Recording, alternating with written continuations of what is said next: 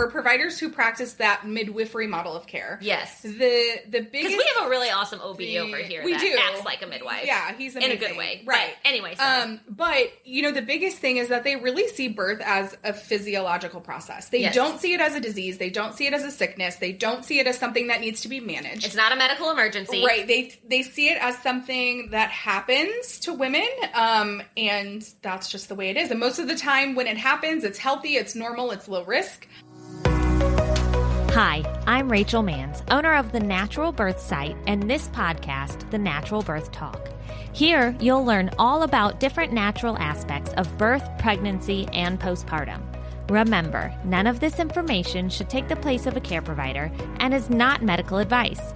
Birth is not a medical emergency. Thanks for listening.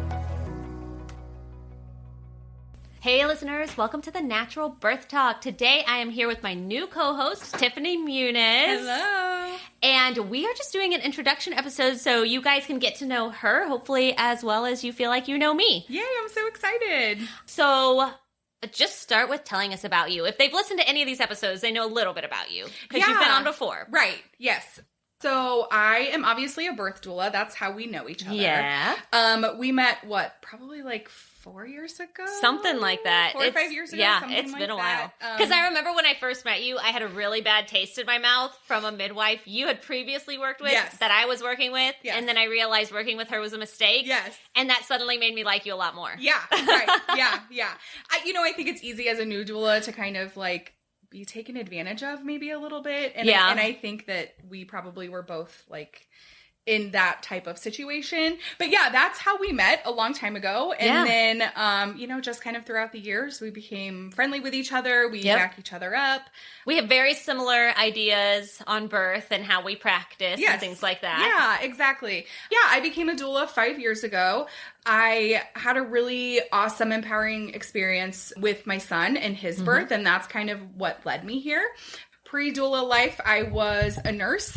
Okay. I forget about that. I knew that, but I forget about that. Yeah. And my plan after having my son was always to go right back to work. But 6 weeks turned into 8 weeks, turned into 10 and 12. And then that's when I decided, my husband and myself decided together, you know what? I'm going to take this time. I'm never going to get this time back. Right. I hadn't been happy with my job in a long time. So we just kind of decided, you know what? We're going to take this time, enjoy our baby, and I'm going to figure out what I want to do with my life. Right. And because I had such a great experience with my son, I live in a pretty rural part of Illinois. And, I noticed a lot of my friends were being taken advantage of. They didn't know that they had options. And that was really important to me because, that's not fair that they don't know that they have options. So that's kind of what started me down this path. Yeah. As I started going, I just kept getting busier and busier. And, I love it. It's my passion. Yeah. Same. Yeah. Same. We could really say a lot of the same things, except that I didn't start as a nurse. So. Yeah. Right. Yeah. Yeah. So, I don't know. Tell the listeners something unique or interesting or funny or, I don't know, just whatever you want to share.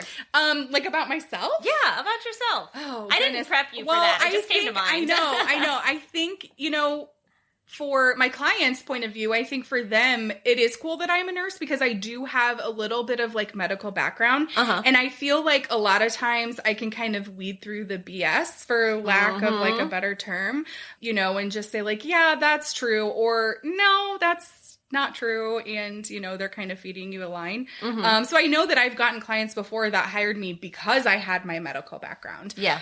But yeah, I would say overall, that is probably a cool thing. I don't really know many doulas that are also nurses.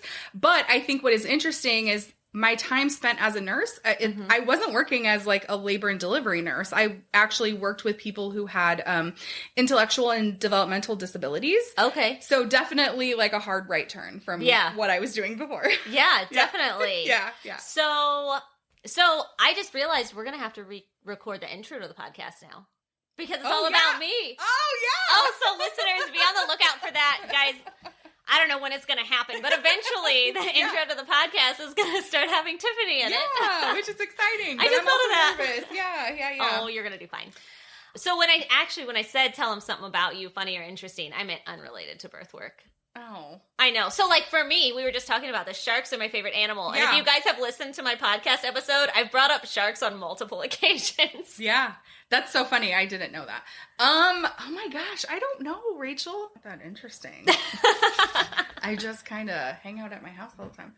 Okay, so something interesting about me that is not birth related. Mm-hmm. One, I love social media. So I love Instagram. I love Facebook. Those are the two that thank God for I'm on you. all the time.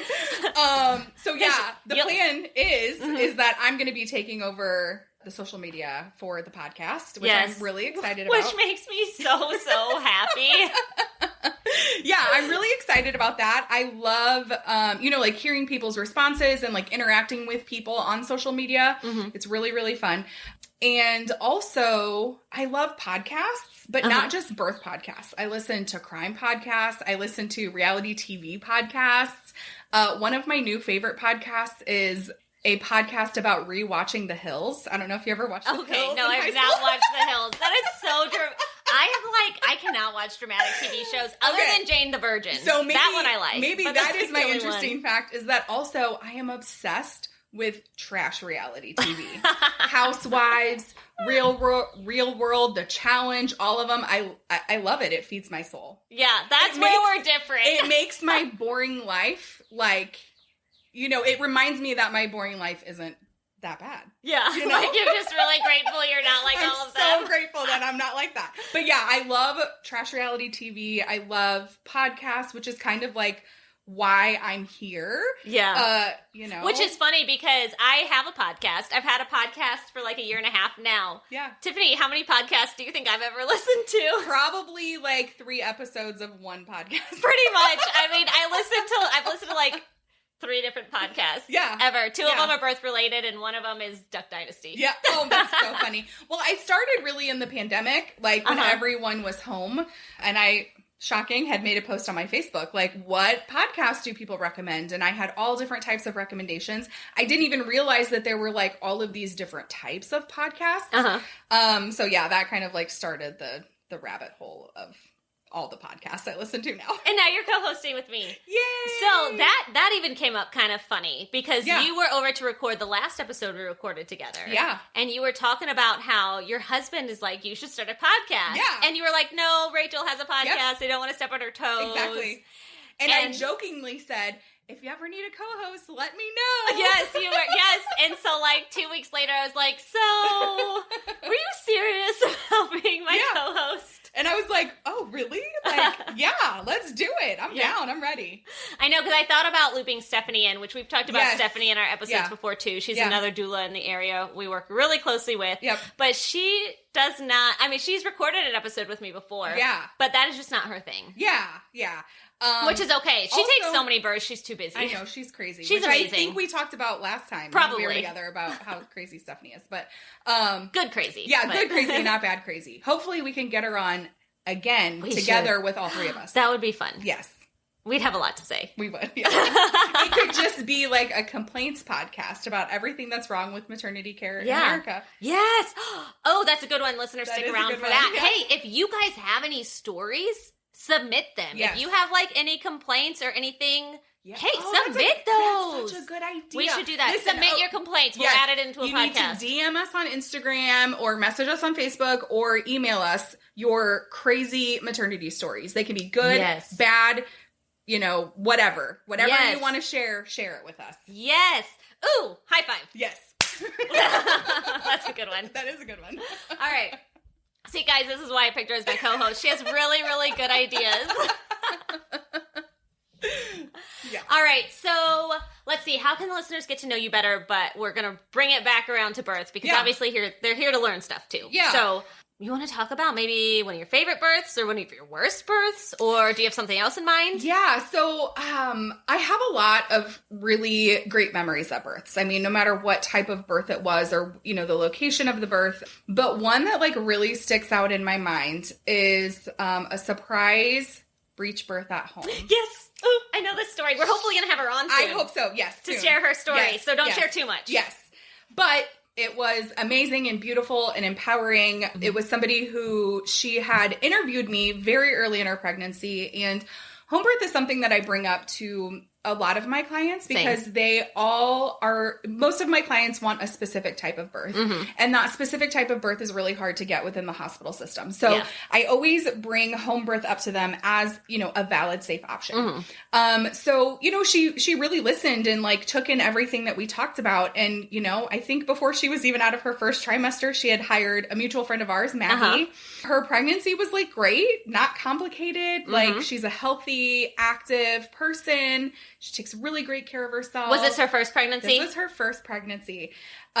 So yeah, she called me and like for a first time mom, her labor progressed very quickly.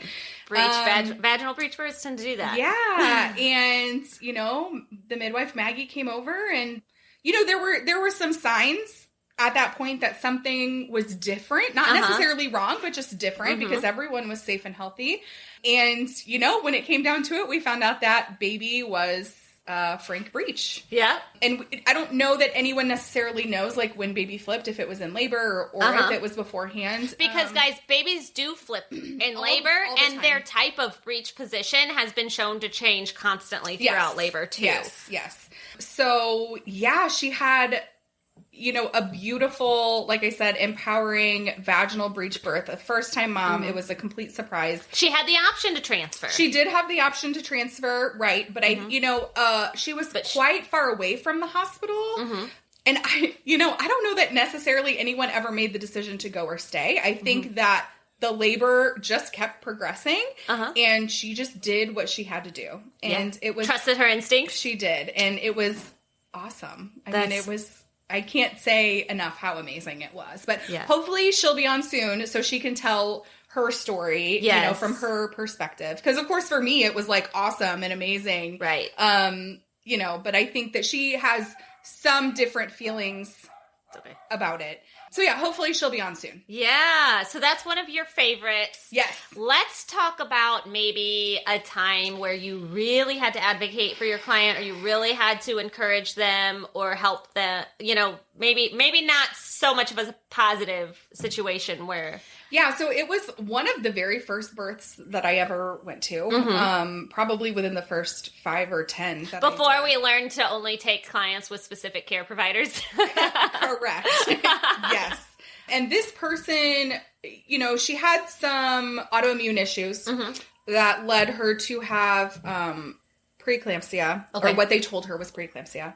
She decided to get induced around, I don't know, like 36 or 37 weeks. Like she specifies what they told her is preeclampsia because that diagnosis is actually quite vague.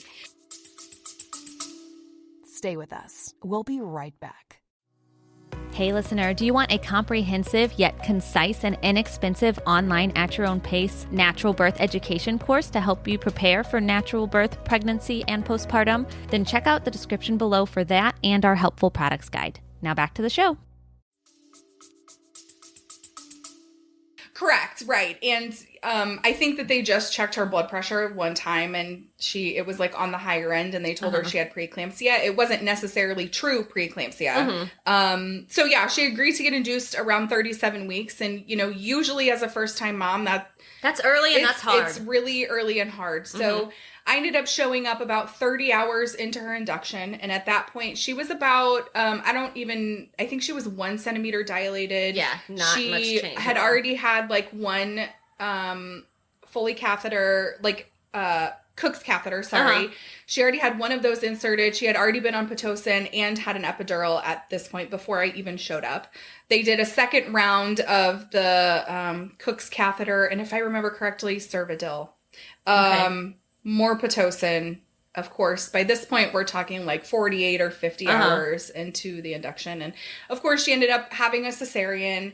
But then even after the cesarean, I wasn't allowed to go back. So, yeah. Because often as doulas, we're allowed in the OR. It depends on the hospital. Right. So sometimes we're allowed back for cesarean births and sometimes we're not. Right. So she ends up having her cesarean. And then like the first thing, the pediatrician comes in and says, well, you have to give your baby formula, otherwise your baby is going to have a seizure because her blood sugar, and, her blood sugar wasn't even that low. I mean, it was okay enough to nurse the baby, but... Well, also, how is formula going to do better than breast milk? Well, That's the thing. I don't People know. just think formula is this like magic thing. I know. It's like, but breast milk is actually made to not just nourish your baby, but respond to your baby's needs. Exactly. Formula is just a powder you put in a bottle. Exactly. So, yeah, and they told her, if you don't do the formula, then we're going to go ahead and take her to the NICU. We're going to put an IV in her head and give her fluids. So it was all around, like,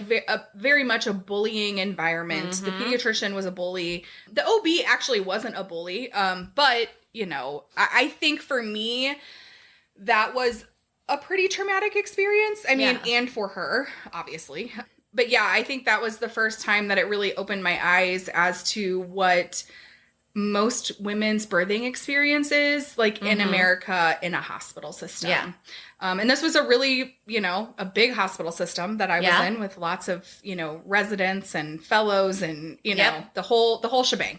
So, well, and that kind of speaks to the fact that, like, so the United States as a whole has some of the worst mom and baby outcomes of any developed country. Yet we spend some of the most on maternity care. Yeah. We have an incredibly high cesarean rate, although not the highest in the world. Right. We have a very high cesarean rate, though, like 35-ish%, somewhere around there. Yep. And yet we also have all of these traumatic births. Yeah. You know, so we use all of this intervention. We use all of this medication. We use all of these things, all of these, quote, tools.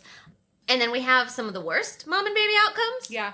And then a pediatrician comes in and is then also interfering with baby outcomes. And maybe the interference was necessary, maybe it wasn't. But to come in and to bully, you know, I mean, to put yourself in the shoes of the mom, you know, I can only imagine how that would increase her risk of postpartum depression or some sort of postpartum mood disorder, how that affects mom and baby bonding, you know, the hormones that are going into play, the hormones that are being shut off, the hormones that are being turned on. I mean, it's a whole biological system. And we have all this interference, and then we have some of the worst mom and baby outcomes of the whole world, of any developed country. So it's like there's got to be a connection there, you know? So, of course, I mean, I feel like that proves that, you know, the more money you spend, the more technology you have, and the more you interfere with birth, that obviously isn't the best thing to do. Right. And it doesn't guarantee a good outcome. Right. Yeah, at all. Yeah. You know, midwifery care, that's been shown to be the biggest difference, right? Midwifery care has been shown to be the biggest difference between better mom and baby outcomes or not. Yeah. All right. Back on track. Let's talk about something a little more positive again, because that was a really... Rachel, we're just going to keep getting off track. I know. All of these episodes. Get used to it, guys. This is how it goes now. I'm already like that. And then we have Tiffany, and that's just going to be how it goes. Yeah, that's okay. But let's talk about something a little more positive again. Yeah. Let's see.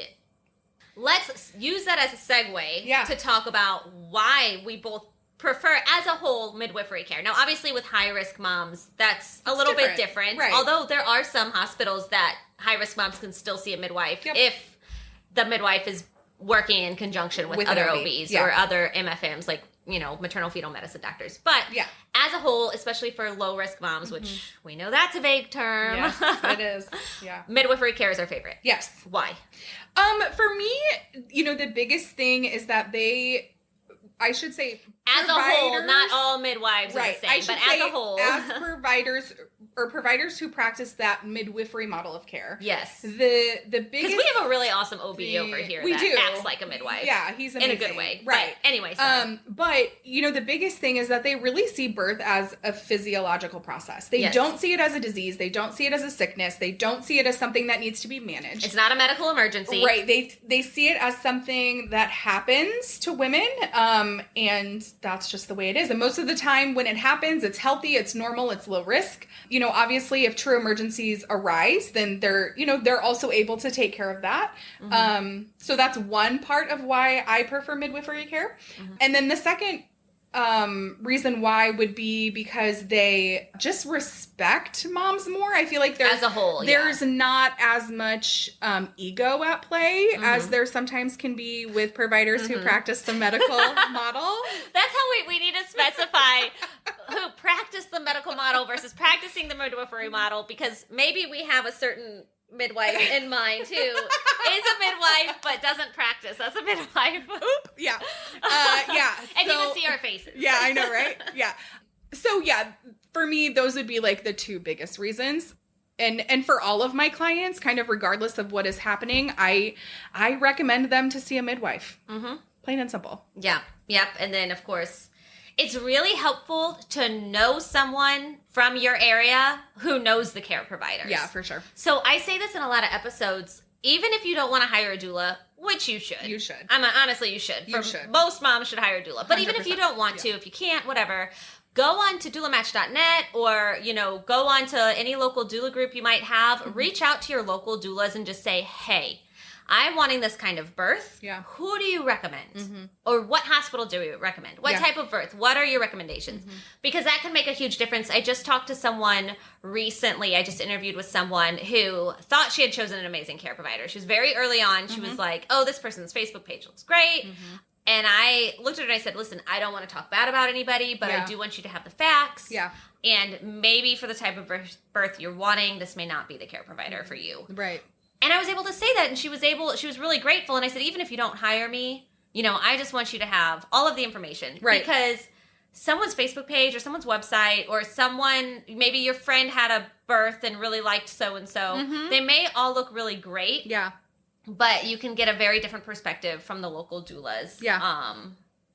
And even from doula to doula, you may get different opinions as well. 100%. Because we have certain care providers that we don't care for that other people really like. Yeah. And so it's just very personal. And there are also care providers who prefer certain doulas. Yes. I think because those doulas will do what they want them to do. Yes. However, they're, they definitely sometimes have their favorites. Yeah. Yeah. And that's okay. I mean, we all have different personalities. We're all going to work well with different people. But you just want to know what you're getting into, And just because we don't like a certain care provider doesn't mean you won't. But anyway, reach out, check in, because you really can get more details about what a care provider might be like by reaching out to your local doula community. Yeah, for sure. So, all right, back to Tiffany. Anything else? I know we keep getting off topic.